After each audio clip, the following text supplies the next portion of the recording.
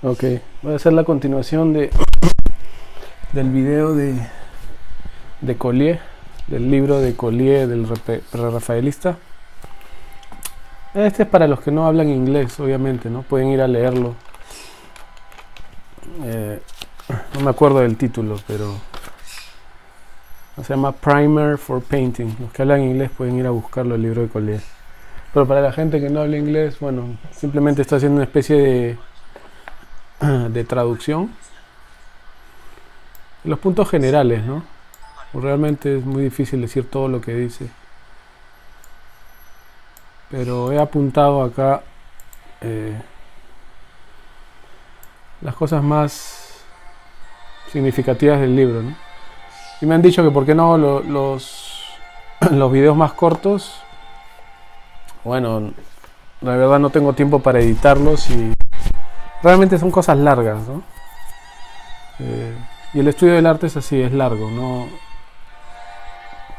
no creo que haciendo un resumen nos va a ayudar mucho tampoco.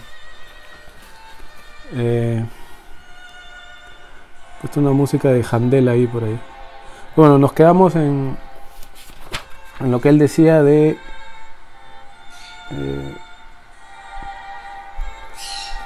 estudiar los maestros, creo, ¿no? El siguiente punto, voy a bajar un poco la música. El siguiente punto, él habla de anatomía, ¿no? Y ahí es donde nos quedamos, si no me equivoco. O sea, hay que estudiar anatomía, obviamente. Y él dice es una ayuda a la observación de la naturaleza.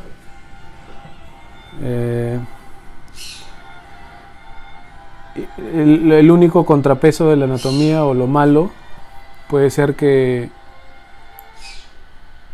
si llegas a saber mucha anatomía, a veces uno pone lo que sabe en vez de lo que ve, ¿no? Entonces, como él es un poco muy naturalista, un prerrafaelista, miraba la naturaleza en sus detalles.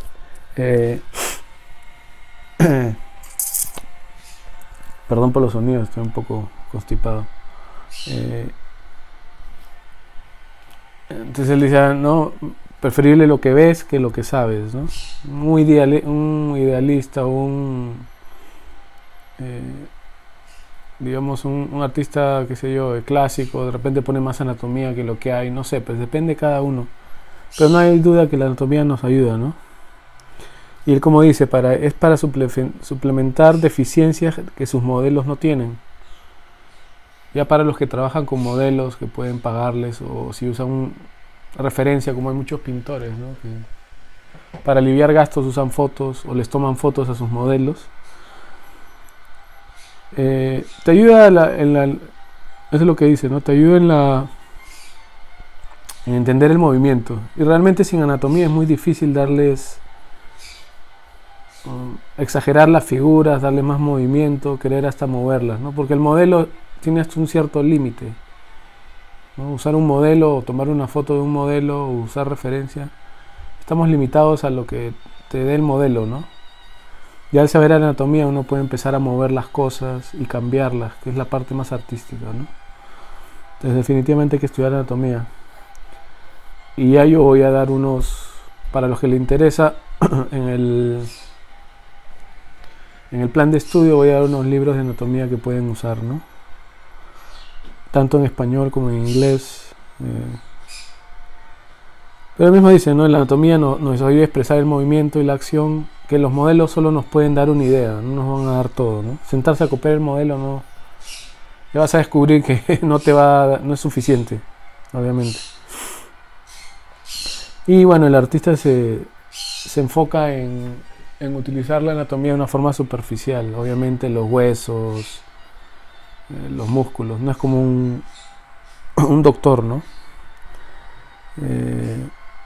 El framework, o sea, la estructura de la anatomía del cuerpo es el esqueleto, ¿no?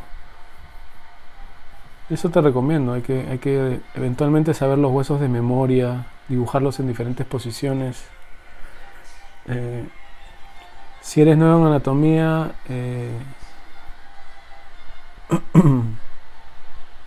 es bueno empezar de libros a dibujar los huesos y eventualmente quieres dibujarlos de natural, ¿no? Para entenderlos en toda su realidad.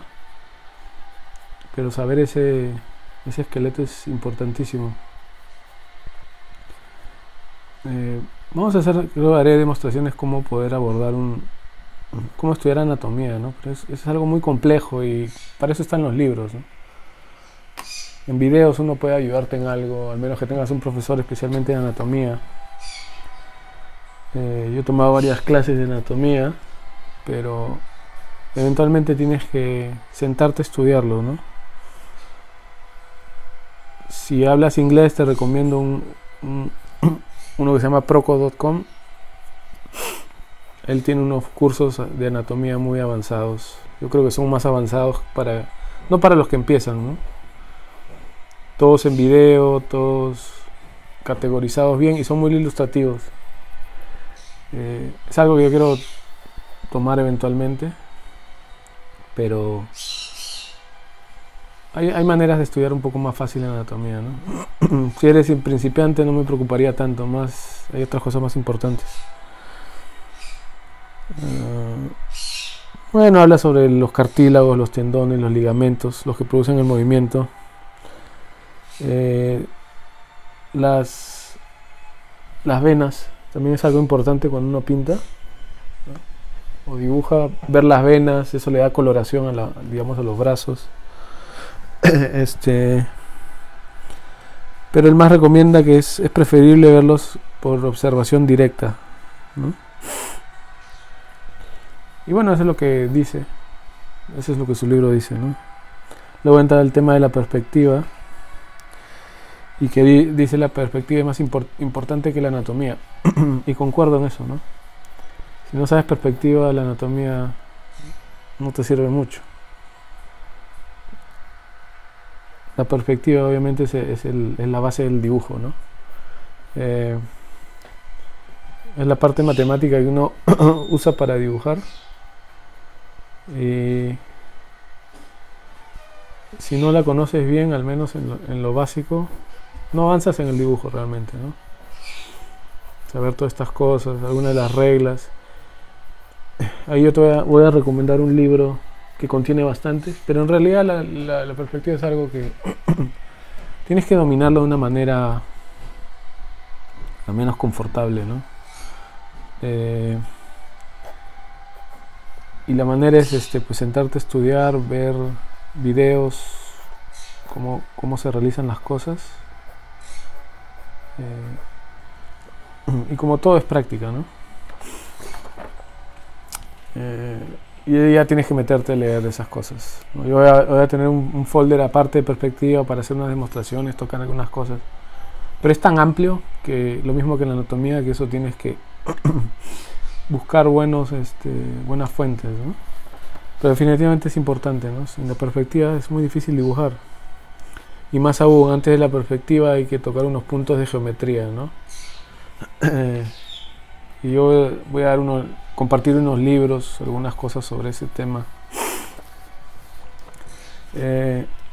Lo siguiente que dice es, una manera de empezar a practicar, porque realmente hay gente que entiende perspectiva, digamos, intelectualmente.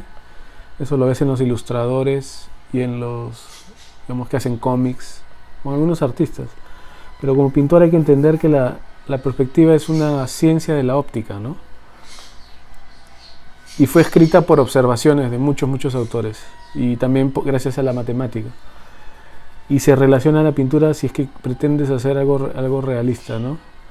Hay muchos pintores que son muy buenos sombreando y anatómicamente, el color perfecto. No manejan la perspectiva muy bien. Y por ejemplo no entienden que las cosas están al frente, que están atrás, que están más atrás. Entonces cuando uno empieza a sombrear, no todo tiene la misma calidad de sombra, ¿no? No todo tiene la misma calidad de luz, no todo tiene detalle. La perspectiva es muy estricta, pero te libera, ¿no? Te hace un mejor artista a la vez, dibujas mucho mejor. Este es un ejercicio que él recomienda cuando recién estás empezando, y este es para entender que lo que está escrito en la perspectiva se aplica a la realidad, ¿no? Entonces, por ejemplo, él dice, a ver si se aprecia, no sé, pones un objeto, digamos una manzana, que es un objeto simple, y colocas un vidrio, un panel de vidrio que representa tu plano del cuadro, ¿no? Y vas a entender lo que son planos, voy a hablar un poco de eso en otro video. Te pones un vidrio, estiras tu mano a una distancia así y pones tu cara acá, te sientas en una mesa. Y esto es bueno si lo haces, porque vas a entender cómo lo visual se transfiere al dibujo, ¿no? Entonces dice, a él puedes agarrar un plumón como este, que no sea marcador permanente, ¿no? Pues puedes hacer más dibujos. Usa un plexiglas o un pedazo de vidrio, lo pones así y ya hay que idearse cómo lo haces que se pare, ¿no? Y se quede quieto. Y esa es cuestión de que agarres una idea. Y usas un plumón, o él recomienda tinta negra. Cierra un ojo. Si eres derecho, usualmente se cierra el derecho para ver con la izquierda, ¿no? La perspectiva funciona con un solo ojo. Todo tiene que ver con matemáticamente un solo ojo para ayudarnos a dibujar. Entonces, si eres derecho, cierras el ojo derecho, ¿no? Y vas a tener un solo ojo, y con ese ojo vas a ver el objeto, y lo que veas lo dibujas. Entonces, supongamos estoy usando plumón o un pincel con tinta negra que él recomienda para después borrarlo, ¿no? Si quieres hacer estos dibujos, y calcas lo que ves. Entonces vas a ver cómo esta imagen se proyecta acá, ¿no? Y esto lo ves en la máquina de Durero, en recomendaciones de Leonardo. Muchos pintores que cuando querían hacer un retrato, de repente a veces agarraban y usaban un panel transparente, ¿no? de vidrio, y calcas la imagen y realmente vas a tener lo que se llama el contorno, ¿no? Entonces, si agarras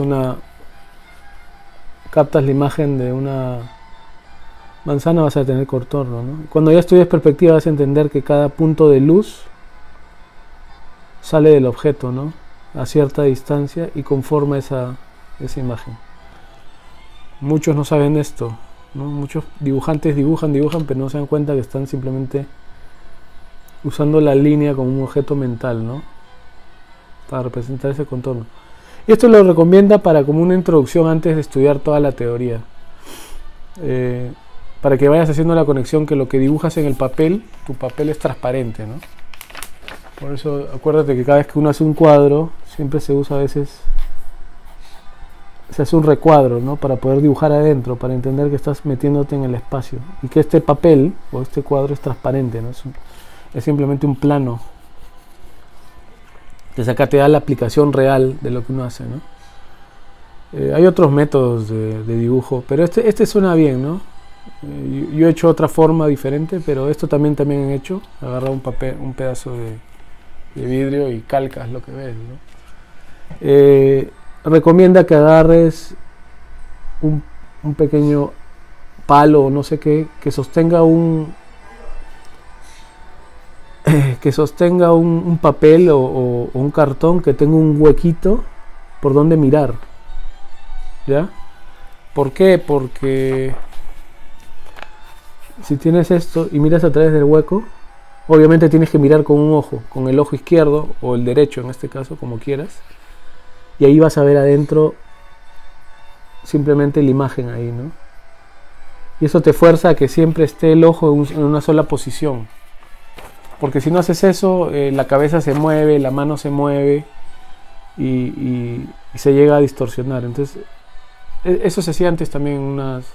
Esa es una prueba de Alberti, un arquitecto antiguo del Renacimiento. Pero es un peephole, o sea, mira a través de como si fuera una cerradura de una llave, y ahí adentro vas a ver la imagen, ¿no? Y hay una serie de cosas visuales en la historia que se sabe eso. Pero esto trata de hacer, no sé cómo idearte esto, ¿no? Yo también voy a hacerlo de todas maneras. Me interesa yo lo he hecho, pero no tan estricto, ¿no? pero lo pones a la altura, pones el huequito cerca a tu ojo y ya al ver dentro de ese hueco vas a poder dibujar, ¿no? Y eso te entrena a empezar a pensar perspectivamente cuando dibujes, ¿no? Deshacerlo eso bastante. Llevamos 15 minutos hablando de esto, pero bueno, ese es un método que él dice antes de empezar de hacerlo, ¿no? Y eso dice para que esta práctica te impregne la realidad y lo relaciones con la perspectiva, ¿no? Y ahí puedes transferir ese dibujo que tienes que capturaste, esta línea, este contorno real, porque estás haciendo un contorno real. Ya puedes usar puedes transferir el dibujo, ¿no? Por medio de una transparencia o lo que sea. Leonardo recomendaba algo parecido, ¿no? Él decía, cualquier objeto, cáptalo acá en tu vidrio, transfiérelo y píntalo para ir correccionando tus contornos, ¿no? Obviamente en el dibujo no todo es copiar igual, sino este es un entrenamiento del ojo, ¿no? Para mejorar. Entonces, bueno, eso te recomendaría hacer un setup o una mesita, pon eso y inténtalo. Y va a mejorar tu ojo de todas maneras. Yo lo he intentado de otra forma y mejora tu ojo, ¿no? Pero intenta ese método. Después de la perspectiva, que obviamente es un estudio largo, él recomienda el color. No quiere decir que no vas a usar, tienes que saber todo de anatomía, ni todo de perspectiva, ni todo de color, ¿no? Uno te va informando el otro conforme vas estudiando. Pero tienes que llegar a un nivel alto de cada uno, pues, ¿no? Si sabes muy poco de cada uno, no sirve. Mejor no lo estudies, ¿no? Pues bueno, eso después de dominar la perspectiva de anatomía, él dice el color, ¿no? Dos cosas interesantes que menciona es que, por ejemplo, darte cuenta que los objetos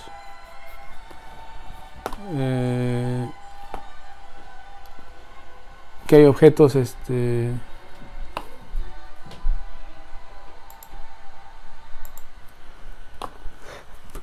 que son transparentes, por ejemplo. La luz sobrepasa. Hay objetos que son redondos. La luz rebota. Es muy complejo hablar de los colores y los materiales, pero él te la dice de una forma rápida, ¿no? El color depende de la luz, obviamente, ¿no? Si tienes un objeto que es un plástico, va a reflejar la luz de una manera, ¿no? Puesto que es un objeto que es transparente. Entonces, ¿cómo hacerlo en la pintura? Ese es el problema del pintor. Y toma mucha observación. ¿Qué más?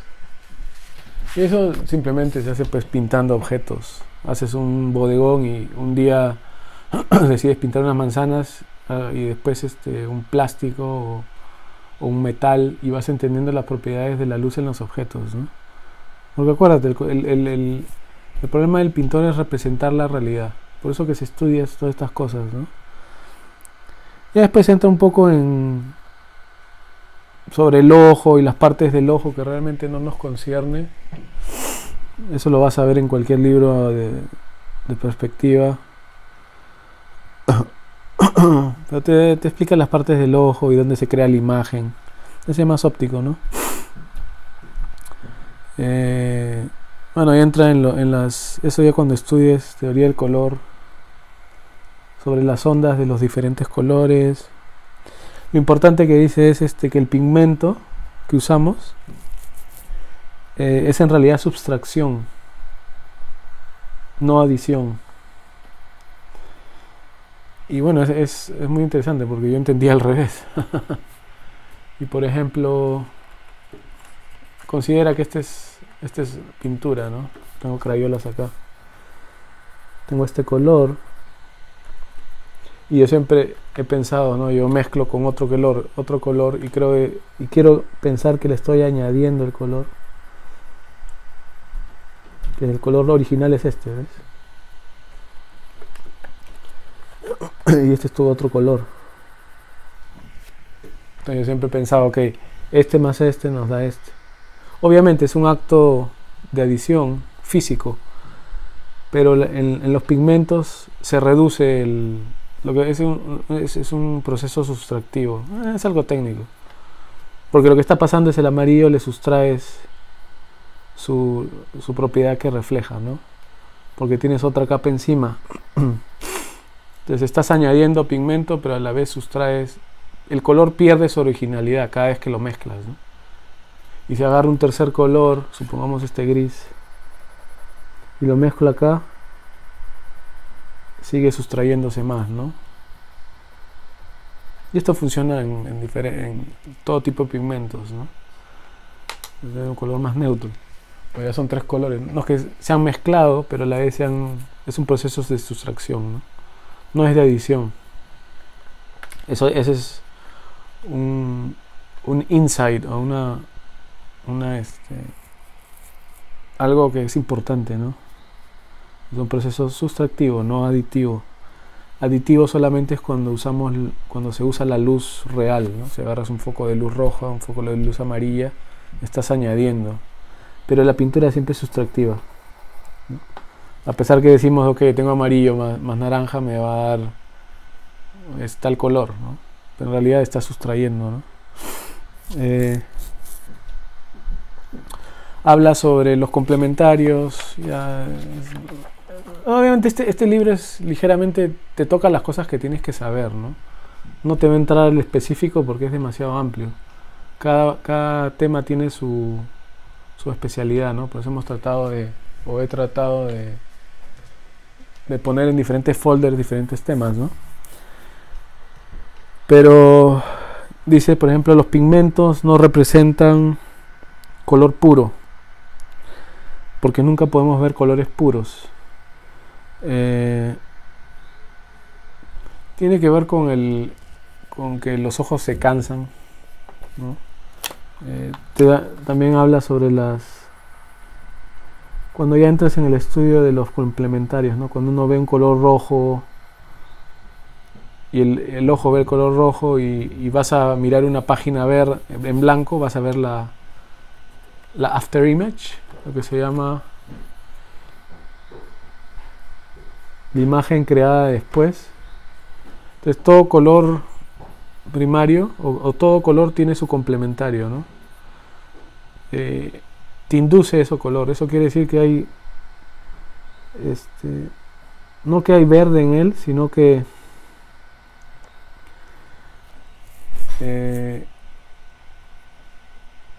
va a haber ¿cómo se dice? ¿Cómo diríamos? El opuesto está ahí. Y ya, bueno, él entra en un poco en explicar ese por qué pasa eso, ¿no? Tiene que ver con el ojo y el ojo de tanto ver el rojo, porque acá tienes conos de luz, perdón, nervios en tu vista que reconocen las vibraciones de rojas. Entonces lo que pasa es que también tienes verdes y azules, creo, no sé si amarillas, no me acuerdo los que tienes, los conos. Entonces al ver la imagen roja se cansa, se excitan demasiado y se cansan, ¿no?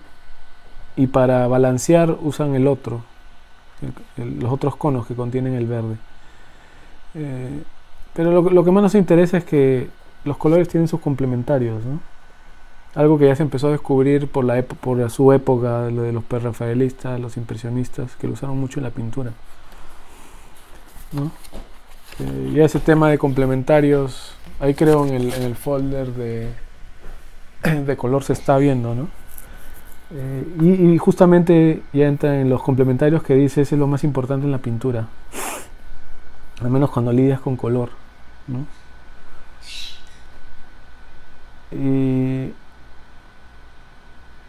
Y bueno, dice la imagen que se crea después, esta es óptica, imagen óptica, ¿no? Es el complementario junto con su neutral.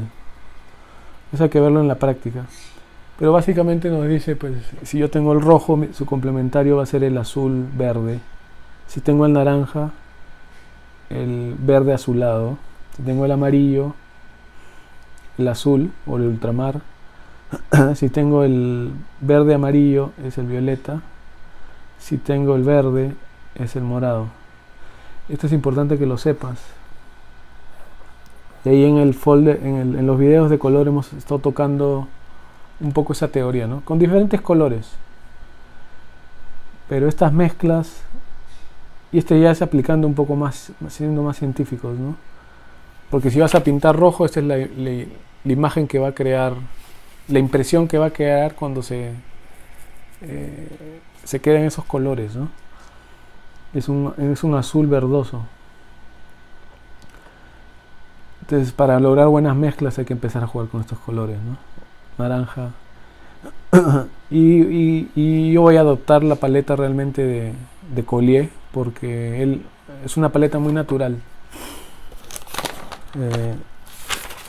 Ya voy a dar los colores que él usaba, o que él menciona, que son derivados de Alma Tadema, ¿no? El otro gran pintor victoriano, pintor de prerrafaelista. No sé si es prerrafaelista o victoriano, no sé.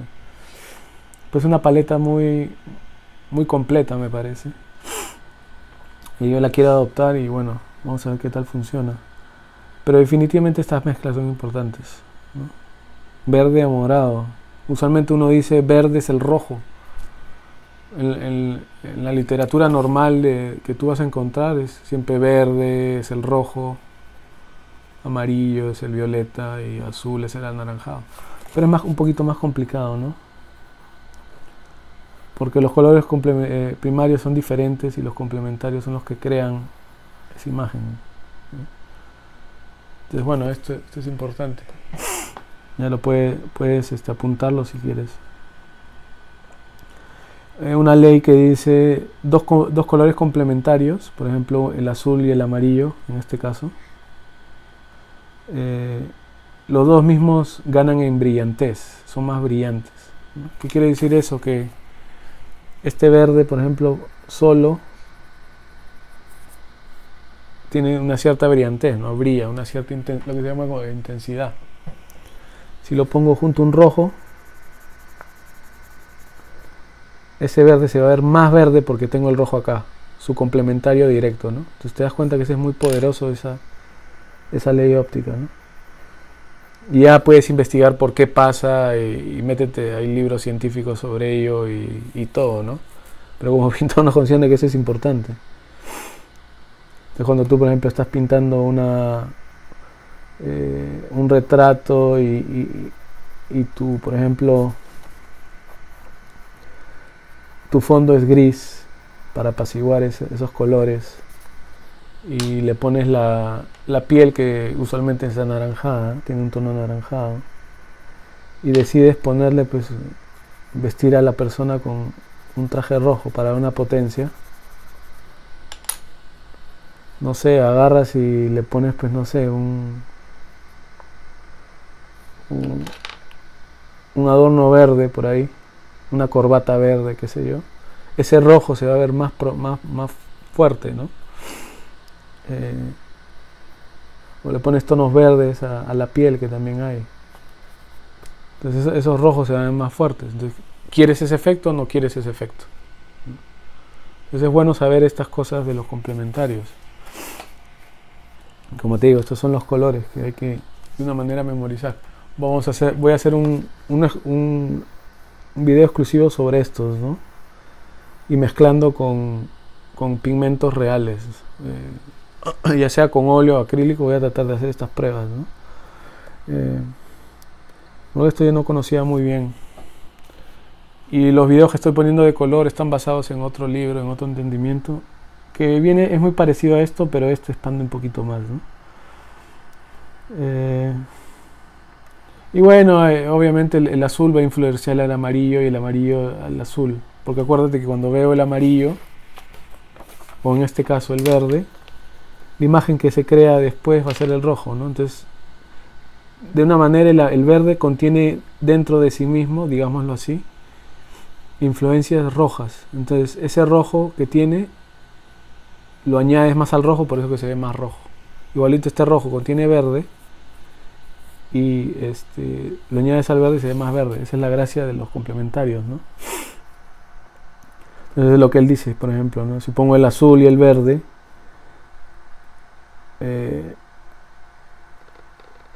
A ver qué dice. Entonces, si tengo por ejemplo un esto azul y un esto verde, que no son complementarios de por sí, sino son diferentes colores, ¿no? Acuérdate que el complementario del azul es el amarillo, el complementario de este verde azulado va a ser el naranja, ¿no? Perdón, el complementario del verde es el morado. Tienes verde azulado y azul verde, que son diferentes tipos de verdes. Pero el complementario estricto de verde es morado. Yo usualmente he creído que era el rojo. Entonces hay que corregir esas cosas porque estos pintores sabían un poquito más, ¿no? Entonces el complementario del azul, del verde, perdón, es el morado. Eso quiere decir que el azul que pones al costado de este verde se va a ver un poquito más morado. ¿Me entiendes? Porque el verde contiene, dentro de sí, contiene el morado, ¿no? Entonces cualquier color que lo pongas al costado, en este caso el azul, se va a ver más morado.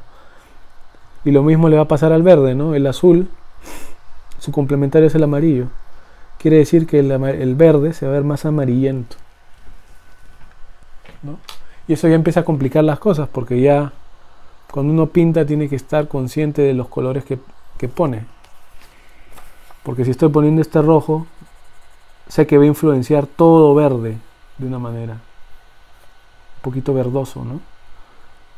A todo lo que le ponga, ¿no?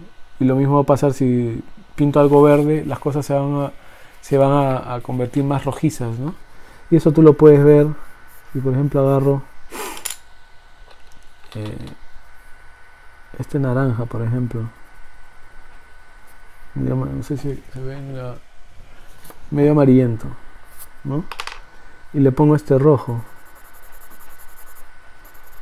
Y estas cosas son difíciles de ver porque necesitas pintar por mucho tiempo, ¿no? Hasta que vayas aprendiendo el color y te vas sintetizando, ¿no? Si ya te llevas tiempo pintando, cierto, ¿no?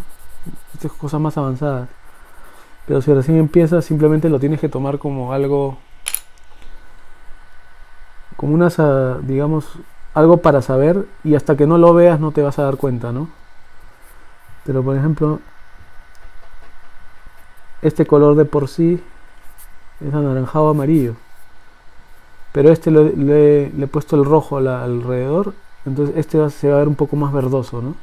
Es tan ligero que toma una buena vista, ¿no? Y mucho entrenamiento de la naturaleza y pintar por bastante tiempo. Pero es cierto, este se ve más verdoso, ¿no?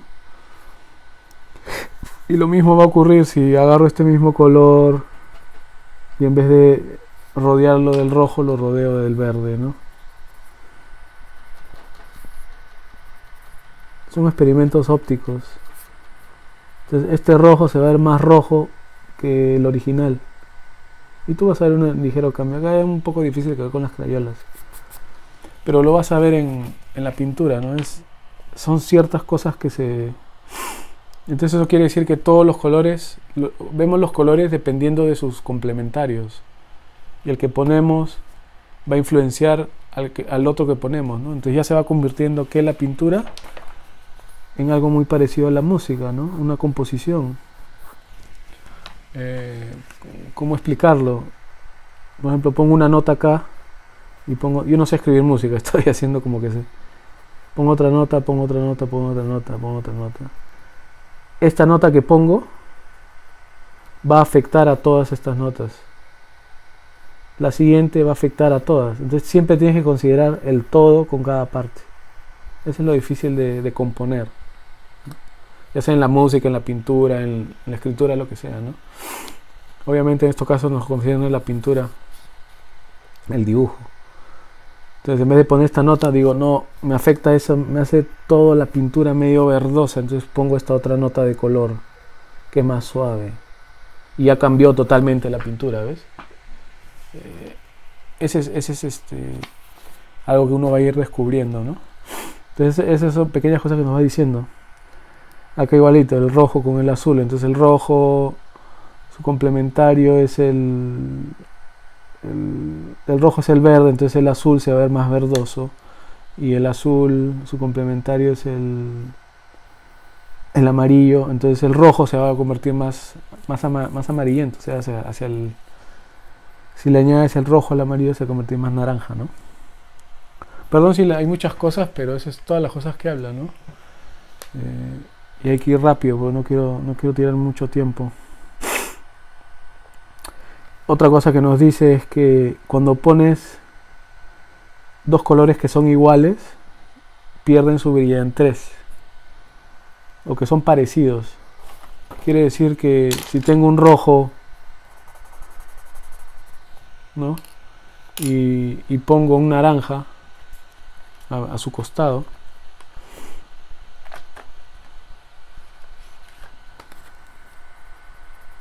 el rojo deja de ser más rojo porque está junto al naranja. Son afines, ¿no? ¿Por qué? Porque el naranja le va a dar su complementario, que es verde. El naranja contiene ese verde y va a hacer lo que el rojo pierda su brillantez, ¿no? O sea, si al rojo tú le añades verde, físicamente, ¿eh? No ópticamente, sino físicamente, mira lo que pasa con el rojo. Pierde su brillantez. Si estoy poniendo un color que es naranja, que pienso que lo va a hacer más brillante, el rojo literalmente le estoy añadiendo ese verde que contiene el naranja, ¿no? El complementario del naranja es ese verde. Entonces, como hago un rojo más rojo, como lo dijimos, ¿no? En vez de un naranja se le añade pues uno que le meta más amarillo, más rojo, ¿no? Un azul, un morado, no un morado, sino un azul es lo más recomendable. Un verde, ¿no? Entonces, este rojo de repente ligeramente le pongo un verde al costado. Eso lo ves en los impresionistas, posimpresionistas, en algunos académicos creo que ya empiezan a entender eso, ¿no? Entonces, le pongo un ligero verde, no un naranja, y se va haciendo más rojo, ¿no? Entonces, ese es lo que dice, colores que son muy parecidos a ellos, rojos, amarillos, morados, hacen que pierda los dos su intensidad, ¿no?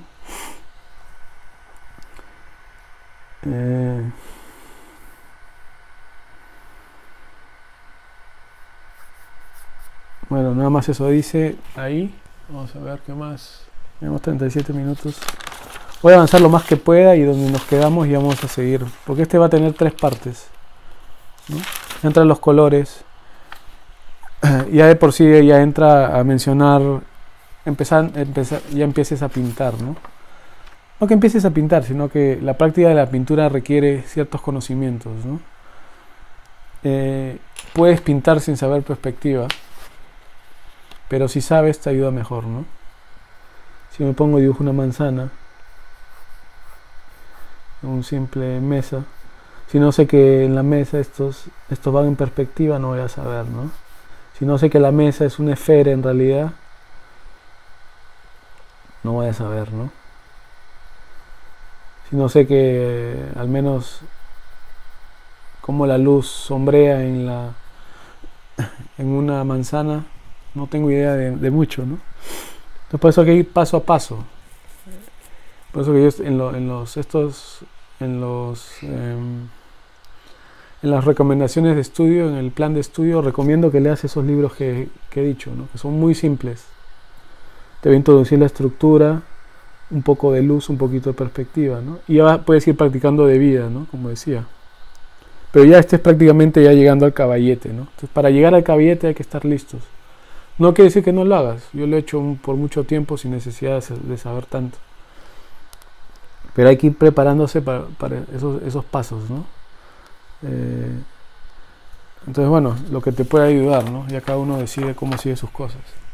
Te voy a dar la lista de colores que él quiere o que él recomienda, que la sacó de Alma Tadema. Y él dice que para empezar a pintar es mejor de frente al óleo que a la acuarela, ¿no? Yo te diría, ándate en vez de el óleo o la acuarela, irse al acrílico. Obviamente en su época no existía el acrílico, ¿no?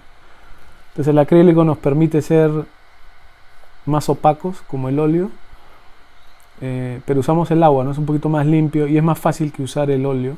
El óleo es un poquito más complejo, por lo mismo que no seca, ¿no? Entonces, si recién empiezas, yo te diría empieza con acrílico, ¿no? Y de ahí ya puedes entrar al óleo. Si quieres entrarle al óleo, entrale al óleo, no hay problema, ¿no? Pero eso es lo que yo recomendaría. Yo empecé con óleo realmente. No, con acuarela empecé yo. Y luego toqué el óleo y luego el acrílico. Y veo que el acrílico es un poquito más fácil para los que recién empiezan, ¿no? Bueno, estos son los colores. Esta es una paleta extendida. Quiere decir que usa muchos colores. Y son... Cada pintor tiene su paleta, ¿no? Desde Rembrandt, Vermeer... hasta tú mismo tienes que crear hasta tú mismo tienes que crear tu propia paleta eventualmente, ¿no? Para pintar yo recomendé 3 colores, 5 colores, ¿no? Ahí está en el video de pintura, ¿no? Amarillo, rojo, azul, negro y blanco, ¿no? Hay otros que no recomiendan el azul, simplemente el negro, el rojo, el amarillo y el blanco. Es casi lo mismo. El problema, no el problema, sino el tema es que preferible empezar con 5 colores, simple, y ya luego expandes a esta paleta extendida, ¿no? En el proceso de pintura que estoy haciendo de color, yo estoy empezando con esto, y ahí vamos a entrar a los complementarios, y de ahí a la paleta extendida, ¿no? Estos son los colores que él recomienda para tener una paleta completa que responda a todos los colores del natural. Y a veces las paletas son así, ¿no? Hay que probarlas, de repente no te gusta el color, pero tienen mucha experiencia, ¿no? Pero bueno, te voy a dar la lista. Y están en inglés, lamentablemente vas a tener que buscarlos y traducirlos o verlos. Brown, ocre. Vamos a ir, que es un marrón ocre. Brown ocre.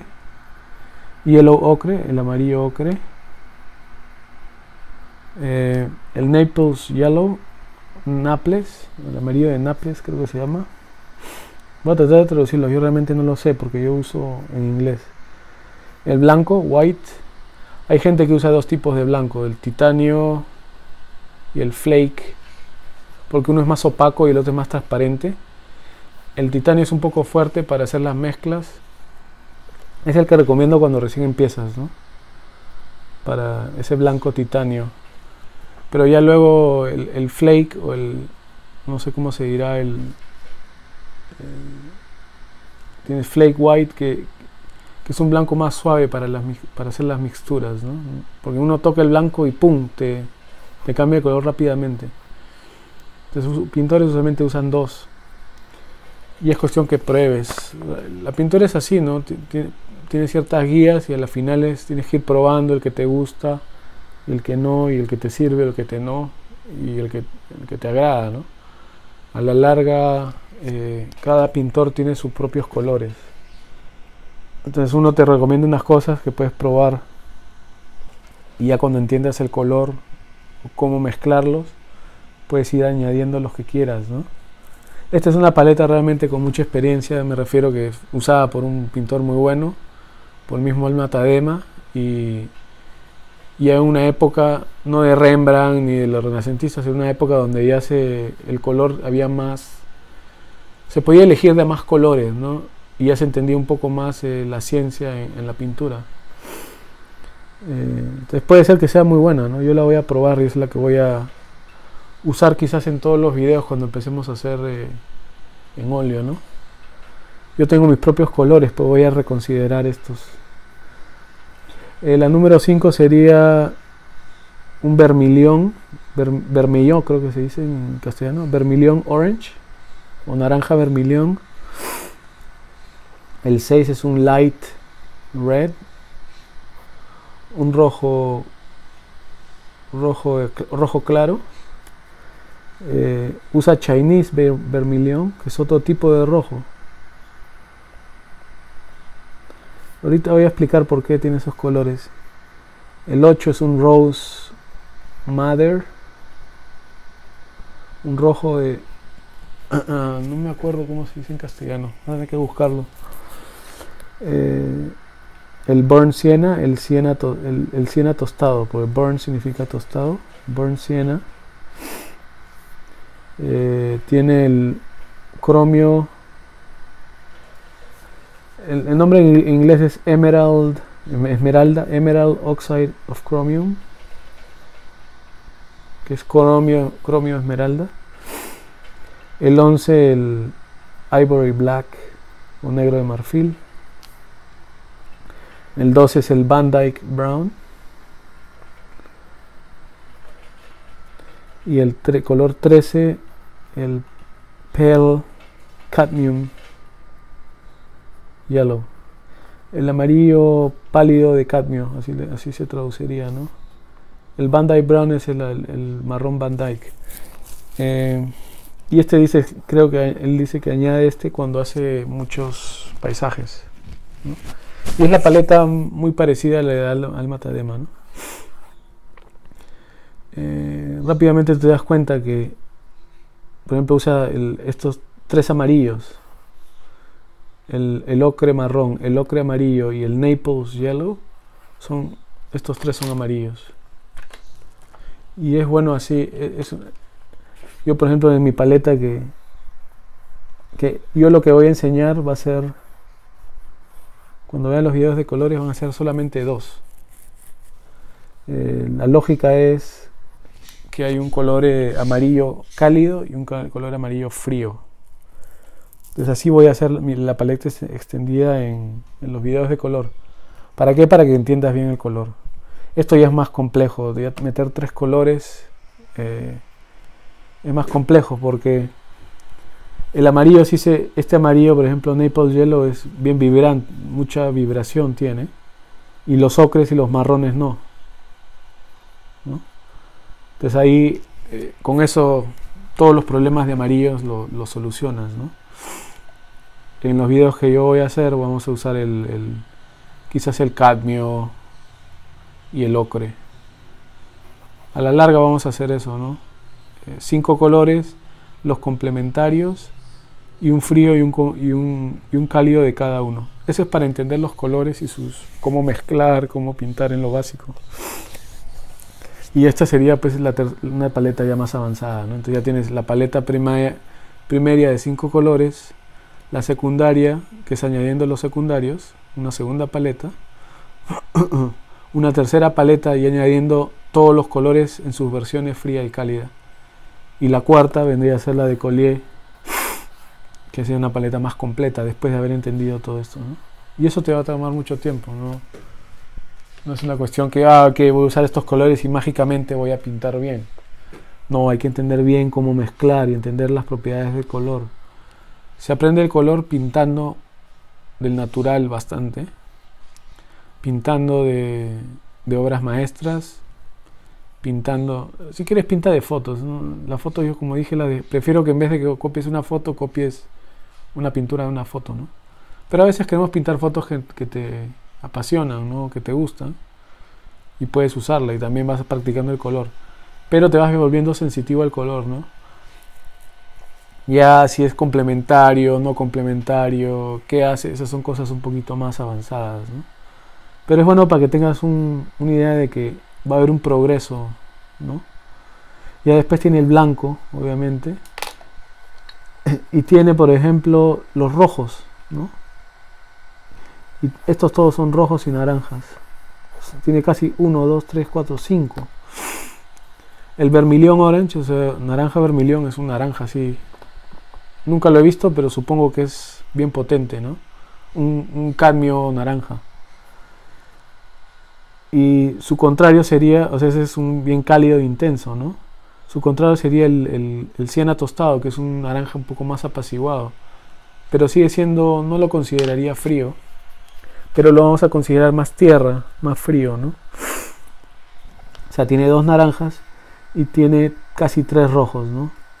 El vermilion chino, que si no me equivoco es bien intenso. El rose madder es como un crimson alizarín, ¿no? Es así, ese estilo, un rojo más o menos así, ¿no? Este tipo de rojo, ¿no? Tienes que buscar cómo se dice rose madder pero ya sería un rojo frío, ¿no? Este es un rojo cálido, y ese Chinese Vermilion está entre por ahí, ¿no? Entonces estoy usando básicamente amarillo, rojo, lo mismo que hacemos en el principio, ¿no? Pero ya se expande el rango. ¿Por qué? Porque eres más avanzado, ¿no? Tienes más colores con que jugar. Después tiene el verde. Vamos a ver. Tiene un solo verde.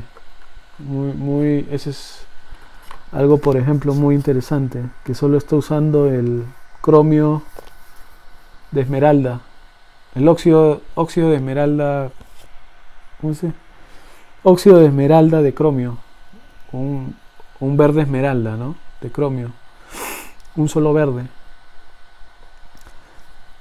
En los videos que vamos a hacer de color va a haber vamos a empezar con un solo verde y de ahí va a haber el verde, como dije, el verde cálido o frío, va a haber los dos, ¿no? Para que tengas los dos. Vamos a usar dos tipos. Es parte de mi paleta. Yo uso el sap green y el verde, el terra verde, que me gusta. Y esa es cuestión de gustos, ¿no? Porque por ejemplo hay unos verdes muy bonitos, ¿no? El esmeralda es muy bueno. Tienes ¿cómo se llama? El verde se me escapa los nombres. Tienes una serie de verdes, desde verde claro hasta verde esmeralda, como es a un verde más azulado. Entonces, ¿cuál verde eliges, no? Entonces, como dije, esto nos va a dar una base para entender el tipo de verdes y después lo eliges. Este supuestamente es un poquito más pegado a la naturaleza, porque la naturaleza, los verdes son muy cuidadosos, ¿no? Y ya con estos amarillos suplementa, el verde se puede cambiar, ¿no? El amarillo pálido cadmio es otro amarillo, pero ya con ese verde se suplementa si quieres más verde, ¿no? Interesante que no hay azul en su paleta. No veo un ultramar, por ejemplo, como hacían otros pintores, ¿no? Te va a ser muy interesante esta paleta, porque realmente el ivory black o el azul, el negro marfil se convierte en el azul, ¿no? Rembrandt creo que no usaba azul. Hay información sobre sus paletas. Quizás haremos un video de pintores y sus paletas. Por ahí tengo información y sería interesante, ¿no? Yo, por ejemplo, me gusta mucho el negro carbón, el charcoal black. Me da un negro que no me da el ivory black, ¿no? Y lo usaba Rembrandt y a mí me gusta mucho Entonces, por ejemplo, yo puedo usar esta paleta y quizás ya el ivory black no me llega a gustar, no me llega a satisfacer, y lo reemplazo por o de repente uso los dos. Ese es el problema, ¿no? O ese es el tema de tú tomar las decisiones sobre tu paleta de acuerdo a tus gustos, a lo que quieres lograr. No porque me lo dio Collier es lo que voy a usar, ¿no? O no porque te lo doy yo es lo que voy a usar. Es una especie de base. Y a la larga, conforme tú pintas, experimentas con otros, vas a ir eligiendo una paleta exclusiva para que no solamente sean tus colores que siempre usas, para que no gastes en diferentes colores, sino para que te dé un sistema, ¿no? Y a la larga te dé digamos, un estilo o un look, o decir, yo veo esta pintura y por los colores sé que es ese pintor, ¿no? Y por su estilo, por su forma de dibujar o sombrear, es ese artista, ¿no? Entonces, tener una paleta, pienso yo, es mi opinión, no solamente es personal los colores que tú usas, sino le da un toque personal a tus propias obras, ¿no? Entonces ya vas pintando una obra que la consideras buena, que es tu trabajo, y la siguiente va a contener los mismos colores. Entonces hay una serie de ¿cómo se llama?, de constancia en ese color, ¿no? Ahora, como estudiante, ese tema no interesa mucho, ¿no? Siempre voy a usar estos colores porque me los recomendaron, porque no. O sea, tiene que haber un proceso de experimentación que vas llegando, ¿no? Y quizás pintas con estos colores y ya quitas y añades uno más y todas tus pinturas cambian. Como por ejemplo hacía Picasso, ¿no? Se le dio por hacer por azules y luego a rosas, y ya eso depende de cada artista, ¿no? Pero tener algo consistente es bueno, porque uno, te va a costar menos, dos, ya te acostumbras a los colores, porque si uno está cambiando constantemente, cambias este color y pones otro, va a afectar a toda tu paleta, la forma en que piensas, la forma en que pintas y todo, ¿no? Entonces yo como que estoy compartiendo lo mío, y esta va a ser la paleta que yo voy a adoptar. Voy a pensar muy bien en los azules, porque yo uso dos azules, el ultramar y el cian, porque viene de como yo aprendí de los colores, el cian es un celeste y el ultramar me da el azul, que viene de la teoría del color, ¿no? Y yo los he usado y me agradan, puedo crear buenas mezclas. Pero usando el Ivory Black se puede crear unos azules, ¿no? Y esos se crean a través de los complementarios, ¿no? Y no son tan potentes. Pero por ejemplo un Tiziano, él usaba ultramar, lápiz lazuli, unos bien fuertes, ¿no? Entonces ya depende del pintor, depende de lo que tú quieras usar, ¿no? Y vamos a dejar este video en esto y vamos a continuar la segunda parte. Pero bueno, él tiene ese verde, tiene este negro, no tiene azul. Y su único marrón, también es interesante que usa, es el marrón de Van Dyck. Van Dyck por el pintor Van Dyck, porque ese es el que usaba seguro Van Dyck, no sé. Yo por ejemplo, todo típico pintor usa el burn amber, el marrón, el umbro, amber, no sé cómo se dirá amber, burn amber. Es muy típico, es lo que vamos a usar acá, ¿no? El burn amber. Este marrón de Van Dyck es muy bueno. Me gusta. Para ejercicio vamos a usar el burn amber como forma de usar marrones. El transparent oxide, el óxido transparente del marrón. Unos dicen que ese es mejor usarlo en vez del burn amber. Habría que ver el Van Dyck. Pero realmente es tener un marrón, ¿no? Pero él tiene ese único marrón en la paleta. Entonces te das cuenta que tiene muchos amarillos, muchos rojos, negro, marrón y verde, ¿no? Entonces ha expandido su paleta de acuerdo a lo no solamente a sus gustos, pero con los experimentos del natural, ¿no? Entonces, esos 13 colores vamos a usar en la paleta, en las demostraciones que ya son más avanzadas, ¿no? En otras vamos a experimentar con diferentes colores, porque tengo un montón de colores que quiero usar también. Y eso es bueno, que pintes con diferentes colores para que vayas agarrando diferentes, digamos, gustos, ¿no? Los colores para el pintor es como un postre, ¿no? Pruebas no me gusta, obviamente no con la boca, sino con el ojo, y ya lo vas eligiendo, ¿no?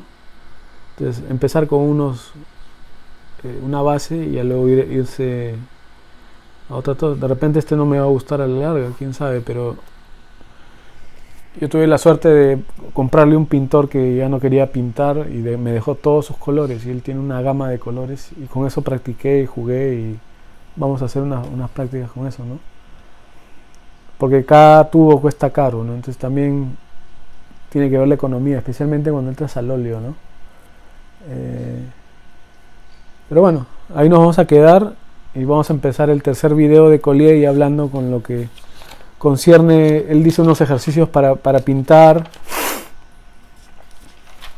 También vamos a tocar el tema, y ya creo habrá un cuarto video con lo que termina sobre ese libro, porque todavía hay el libro de pintura esencialmente, porque este es un primer, como diciendo una introducción a lo que tienes que saber y a lo que toma ser un pintor.